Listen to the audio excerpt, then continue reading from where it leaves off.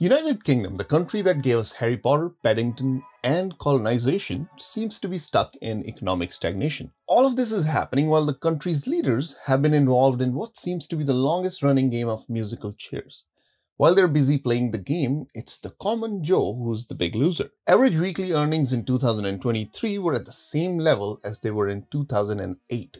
That's 15 years or so ago. In today's breakdown, we try to understand what went wrong with the economy, how bad it is, and how to fix it. So let's get started. 750 years ago, Magna Carta was signed. But of course, in the end, the country voted, and the country voted to leave.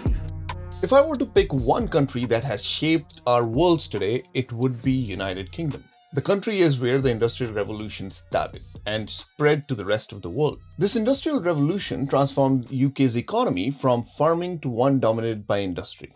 Industrialization also gave the country immense wealth, so much so that some of the rich people got together and were like, let's colonize the rest of the world, shall we? This colonization brought them even more wealth. While new lands outside UK were being conquered and looted, industries were propping up in cities like Manchester, London, and Liverpool, which, you may have guessed by now, made the rich even richer. Meanwhile, the common Joe was happy too because of their recent rebranding from being peasant to working class. This whole system of hard-working society fueled by money looted from foreign lands is what made UK a global superpower. Today, the country enjoys a great standard of living while they're sipping on their teas and munching on their spotted dicks. However, it seems like lately Britain's been in the news not for its spotted dicks, but for struggling economy. So what went wrong? For starters, inequality is sky high, especially when you compare different parts of the country. Income per person in Kensington and Chelsea neighborhoods of London is about £52,000 a year. Meanwhile, it's only £11,000 in Nottingham.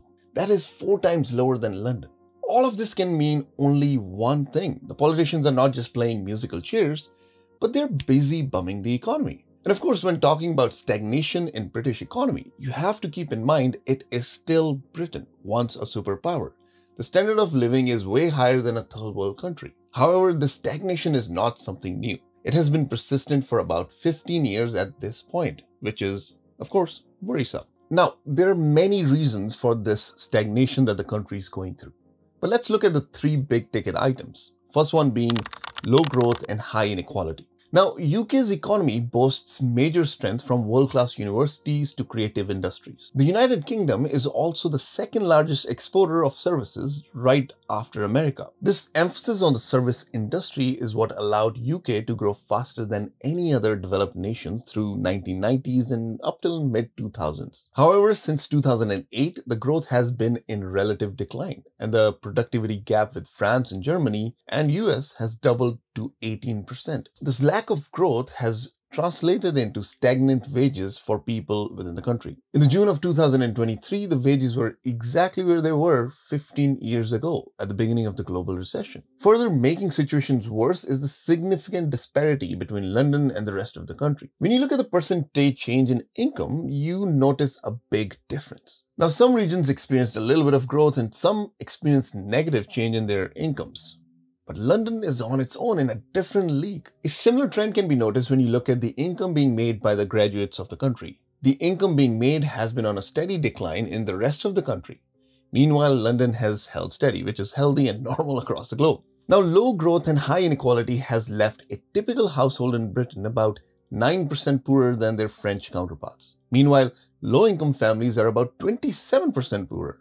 You see, when people have no disposable income, the spending stops, which further contributes to the economic stagnation. A combination of inequality and really low growth has left the middle class and the poorer families with declining living standards throughout the country.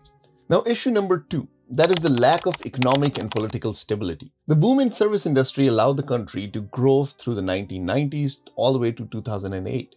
The years were so good that they were labeled as nice. I guess the 15 years since have been anything but nice. Right after the 2008 crisis came the austerity measures of cutting down government expenditure, which also explains the wait time at the hospitals, which has gone up from 2 months to 8 months today. Since 2010, the economy and the country has suffered through a Brexit, a pandemic, and Liz Truss. And of course, On top of this, annual changes to the freaking corporation taxes. How on earth are businesses supposed to know which way to go?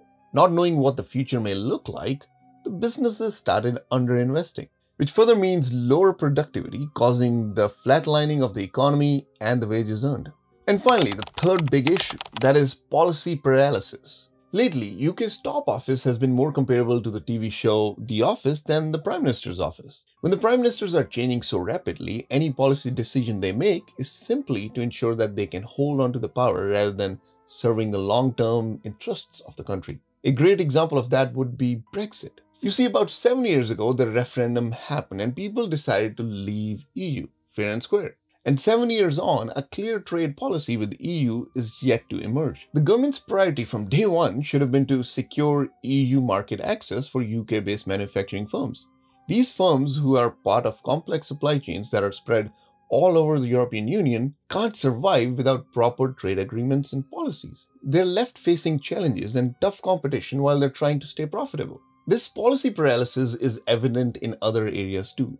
You see, while much of the economy has stagnated in the last 15 years, the service industry in UK, mostly in London, has tripled. And luckily, this is one sector of the economy that is not EU dependent. UK should have pioneered new trade agreements that are service focused with the likes of Singapore, Australia, Canada, basically other rich countries. They did none of that. And of course, these measures could have helped mitigate some of the economic issues they are facing today. So here's the thing, if nothing is done, the economy continues to stagnate. UK's economy in the next 3 decades or so will start to look like Italy's economy. Anyone who could migrate would either move to London or to a different country. So what can be done to fix this situation? Guess what? We have 3 steps they can take. Let's start with the first one. One of the first things that need to be done is revitalizing the big cities. Cities like Birmingham and Manchester, which were once large industrialized towns, are now just large, with no industries. With most of the industries having moved to other parts of the world with cheaper labor, bringing back manufacturing to these cities is unlikely to happen, especially with the Brexit. What these regions need is a plan that suits the population and the location of each city to attract more service-based industry and to attract new companies. However, as we've learned, fixing anything with the government's involvement is anything but easy. You see, Britain has a highly centralized system of public finance, especially when comparing it with other developed nations. A very small amount of the revenue is collected locally. Fiscal centralization also extends to spending decisions. Only 20% of all government expenditure is decided at the subnational level, which is opposite to the trend in most of the other developed countries. Now, when a region needs to plan and strategize its policies to attract businesses, they are left with very little power. Meanwhile, when budget cuts and austerity measures are taken at the central government,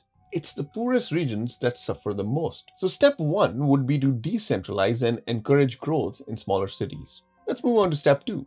Make companies more accountable. Off lately, the ownership of British firms has been remote. In the 1990s, about 10% of the businesses were foreign-owned. The number in 2020 was just over 55%. Because these owners are scattered and distant, they don't keep a close eye on how companies are managed. And a lot of the times, this leads to short-sighted approach to running businesses, with profitable investments that are beneficial to the communities being overlooked. In other economies like Germany, Finland, Norway, where a similar thing was occurring, the lack of owner's voice was replaced by the worker's voice. Laws ensuring that there are worker representatives on the boards should increase the investment levels back into the company and the economy. Finally, and the most important step, I guess, is to increase public sector investment. Public sector investment in UK has been one of the lowest among all developed nations. Now, you can delay building a hospital for a year or two, but if you do it for long enough, what you end up with is the British National Health Services.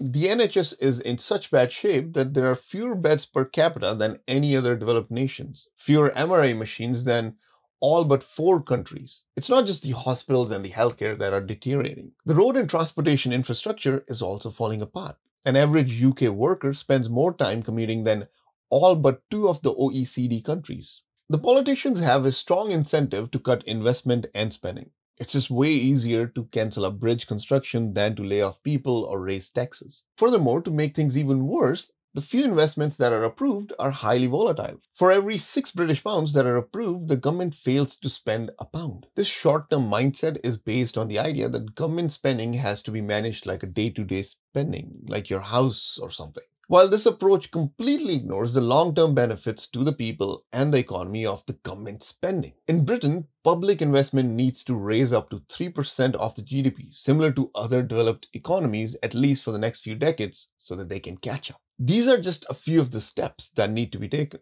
There are perhaps economists who know a whole bunch more. The government just needs to listen. Anyhow, let's conclude this video.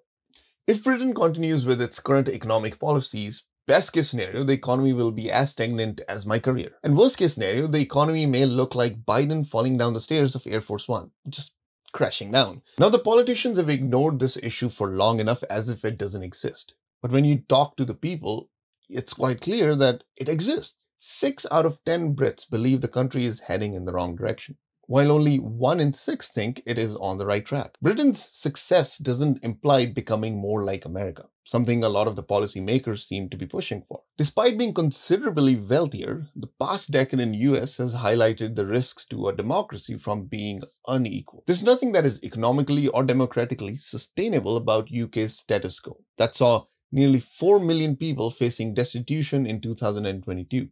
With the country going to vote this year, it would be interesting to see who wins the Love Island Prime Minister's office version. That's it for this video. I'll see you in a week or two from now. Till then, peace, bye.